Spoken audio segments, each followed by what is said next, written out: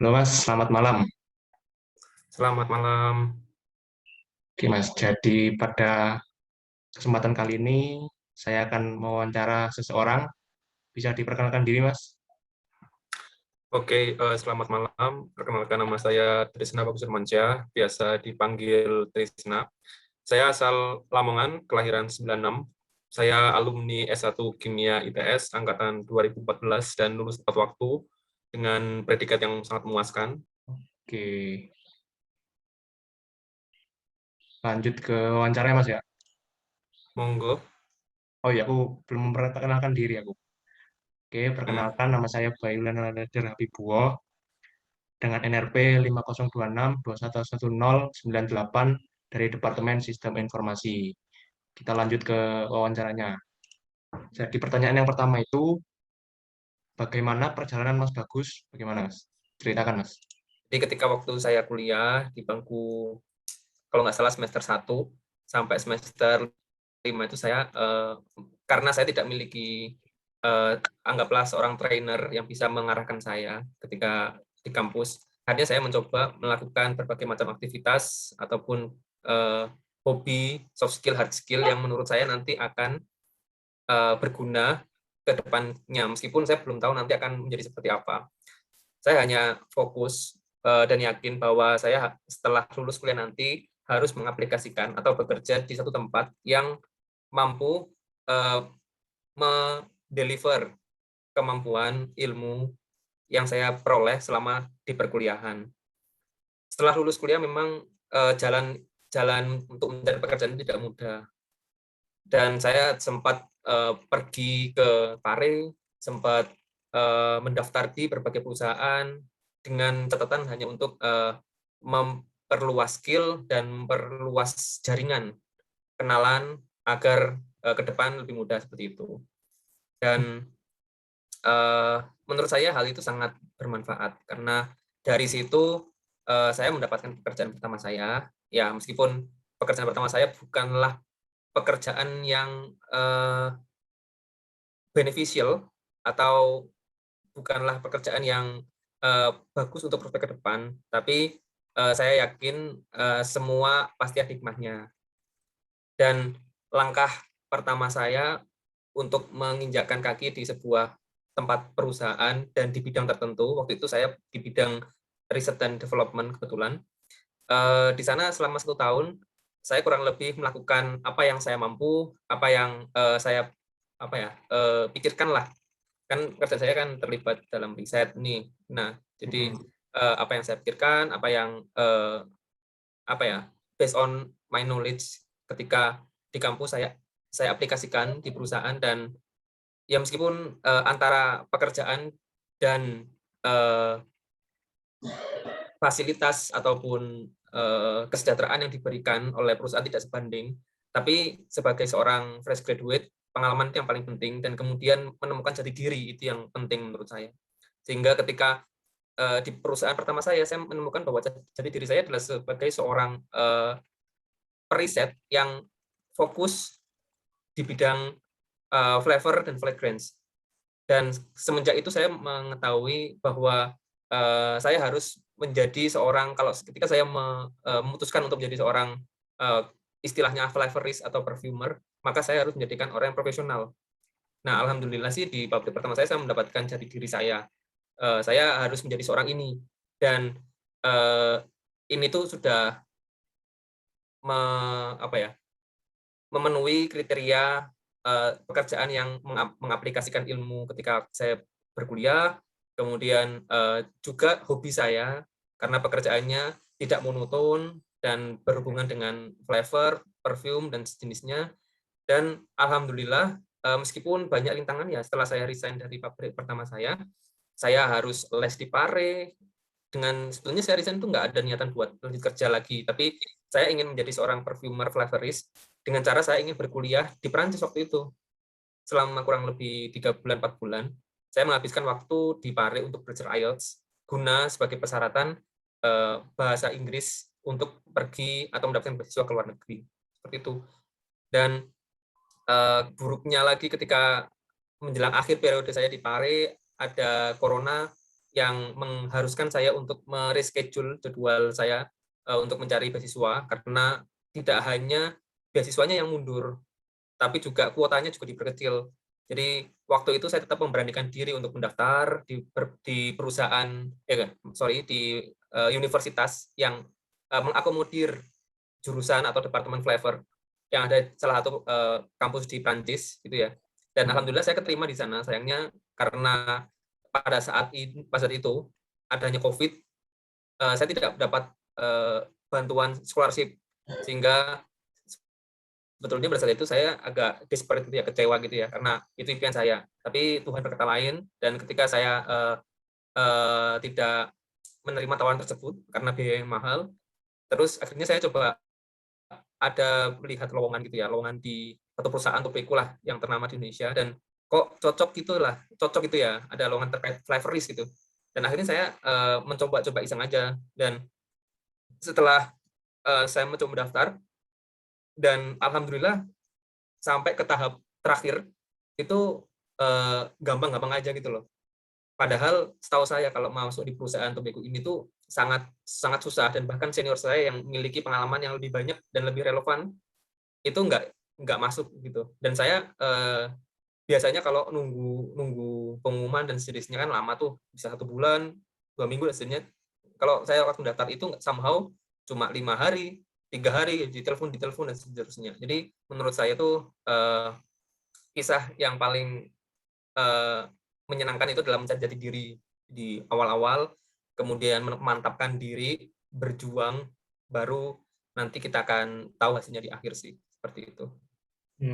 Gitu Mas. Nah, untuk pertanyaan berikutnya ini, apakah Mas Bagus ini pernah menghadapi masalah terberat dan bagaimana caranya Mas Bagus ini melaluinya? Bagaimana Mas? Bisa dijawab. Ya, masalah pasti ada, karena kita melakukan sesuatu untuk mendapatkan sesuatu yang baik.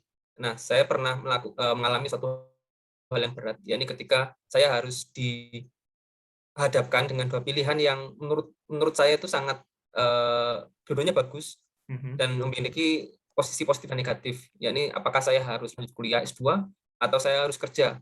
Lanjut kuliah S2 tapi tidak di bidang flavor, fragrance yang saya inginkan, atau saya bisa bekerja di tempat flavor sebagai seorang flavorist dan perfumer di perusahaan ternama. Dan saat itu saya karena saya percaya bahwa ketika saya mengikuti apa yang saya ingini itu adalah pilihan terbaik daripada saya harus memaksakan kehendak. Seperti itu sih. Oke, Mas. Lalu pertanyaan berikutnya ini pertanyaan simpel ya. Benarkah jujur dan sopan itu penting? Bisa dijawab, Mas. Ya, relatif kalau menurut saya. Jujur dan sopan. Saya mulai dari jujur dulu. Karena saya adalah seorang periset ya, seorang yang kesehariannya bekerja dengan instrumen gitu kan, instrumen, kemudian hal-hal berbau laboratorium lah. Nah, apapun hasil yang saya peroleh di laboratorium, baik itu baik ataupun buruk, yang saya harus mereportkan atau melaporkan hal tersebut secara jujur ke atasan. Karena nanti ketika saya bilang nggak jujur, meskipun saya dapat reward dari yang saya bilang, tapi kedepannya itu nggak akan baik dan akan buruk jika diketahui di ending gitu itu. Tapi kenapa saya bilang relatif, karena tidak semua hal jujur itu akan mengarahkan kita ke sesuatu yang baik. Untuk kasus kalau misalnya kita dalam berhubungan atau dengan cara bicara kita terhadap orang lain, kita harus memfilter mana yang kita harus terlalu jujur, mana yang kita harus sedikit memoles, atau istilahnya adalah white blaming, seperti itu. Itu hal yang wajar dilakukan. Kita harus memilah-milah kapan kita harus jujur, dalam kondisi apa kita harus jujur, seperti itu. Dan terkait sopan, saya setuju bahwa setiap hal kita harus sopan, tapi fleksibel. Ketika ada kondisi yang mengharuskan kita untuk berbuat tegas, maka kita harus tegas dalam kondisi tersebut. Tapi tegas bukan berarti harus kasar sekasar-kasarnya. Tegas dengan cara yang profesional dan tetap mempertahankan norma-norma yang berlaku. Oke, Mas. Lanjut ke pertanyaan keempat ini, ada pertanyaan, benarkah hidup bersosial itu penting? Bagaimana Mas, menurut Mas Bagus? Ya, hidup bersosial itu penting menurut saya ya, karena dengan kita memiliki banyak lingkungan, pertemanan, opportunity kita untuk meraih Hmm. sesuatu, anggaplah untuk mendapatkan pekerjaan misalnya, itu akan lebih mudah karena kita dibantu oleh beberapa jenis otak dan wataknya masing-masing seperti itu. Dibandingkan kita mencari sendiri misalnya, akan lebih enak kalau misalnya dibantu dengan yang lain dan sejenis-jenisnya. Di satu sisi, mereka akan membantu kita untuk mempercepat lah, kalau bahasa Mas itu, mempercepat apa yang kita inginkan, dibanding dengan kita bekerja sendiri. Tapi, di satu sisi, bersosialisasi terlalu banyak itu juga nggak baik kalau menurut saya, karena bersosialisasi itu kita harus jelas apa output-nya, kemudian nanti ketika over, apakah itu memberikan dampak baik atau buruk kepada kita.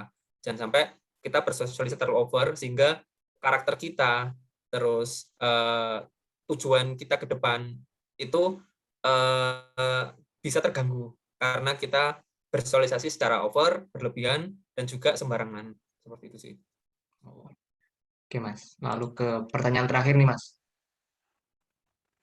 Hmm. Pesan dari Mas Bagus untuk saya Mas, sebagai mahasiswa baru. Bagaimana Mas? Oke, sebagai mahasiswa baru ya, karena saya juga pernah mengalami atau menjadi seorang maba di ITS pula. Ya. Saran saya sih mungkin ada dua ya. Yang pertama bahwa apa ya, perkuliahan itu beda dengan SMA. Ya. Lebih fleksibel memang, tapi dengan fleksibelnya itu kita itu dibebaskan untuk mencari jati diri kita semasa kuliah. Kita mau jadi apa, itu akan lebih bebas dibandingkan ketika kita di SMA harus mengikuti pelajaran A sampai B selama hampir 6 jam, 5 jam seperti itu. Nah, jadi kalau misalnya ada opportunity, misalnya ada opportunity lowongan organisasi atau kepanitiaan dan jenisnya yang menurut Bayu itu berguna, ikuti aja. Karena kita nggak akan tahu apa yang terjadi di depan, kemudian hal positif apa yang akan kita peroleh ketika kita mengikuti kegiatan-kegiatan tersebut. Karena percayalah bahwa rezeki antara orang yang memiliki banyak aktivitas itu akan lebih banyak kemungkinannya ya dibandingkan dengan orang yang hanya berdiam diri saja menunggu rezeki itu datang. Satu. Terus yang kedua, mungkin pesan aku adalah di kampus ini jangan sampailah karena poin pertama tadi mencari sebanyak mungkin pengalaman, tapi jangan sampai juga di perkuliahan nanti Bayu mengalami kendala akademis ya, akademis. Karena memang IP itu nggak akan selalu mengarahkan kita kepada kesuksesan. Emang Mas percaya itu dan apa ya? Dan banyak teman Mas yang IP-nya tinggi tapi ya jadi guru biasa dan jenis-jenisnya seperti itu ya. Tapi hal yang paling penting adalah yang pertama untuk menjadi seorang yang sukses, manfaatkan semua opportunity atau bisa kalau bisa gold opportunity ya, opportunity emas gitu. Dengan cara yang halus atau dengan cara yang elit lah seperti itu. Namun hal tersebut tidak akan bisa ke-achieve kalau misalnya dalam hal akademis aja Bayu keteteran. Nah, yang pertama adalah goal-nya adalah keep IPK-nya biar selalu bagus. Bagus itu relatif, tergantung Bayu nanti matok bagus itu seberapa banyak jumlah IP-nya yang harus ditempuh gitu ya. Anggaplah menurut Bayu 3,2 itu udah bagus, ya udah 3,2 atau 3,5 cum laude KKM udah bagus, ya udah 3,5. Tentuin target dulu. Nah, baru kalau misalnya Bayu merasa targetnya itu udah tercapai, nah baru mulailah cari opportunity yang sekiranya akan ngebus gitulah, ngebus masa depan Bayu entah dari kegiatan, perlombaan dan sejenisnya seperti itu. Oke Mas. Nah, mengingat waktunya sudah terbatas dan acara wawancaranya sudah selesai, saya cukupkan ya Mas. Terima kasih Mas atas kesempatannya Mas buat diwawancara. Oke, sama-sama.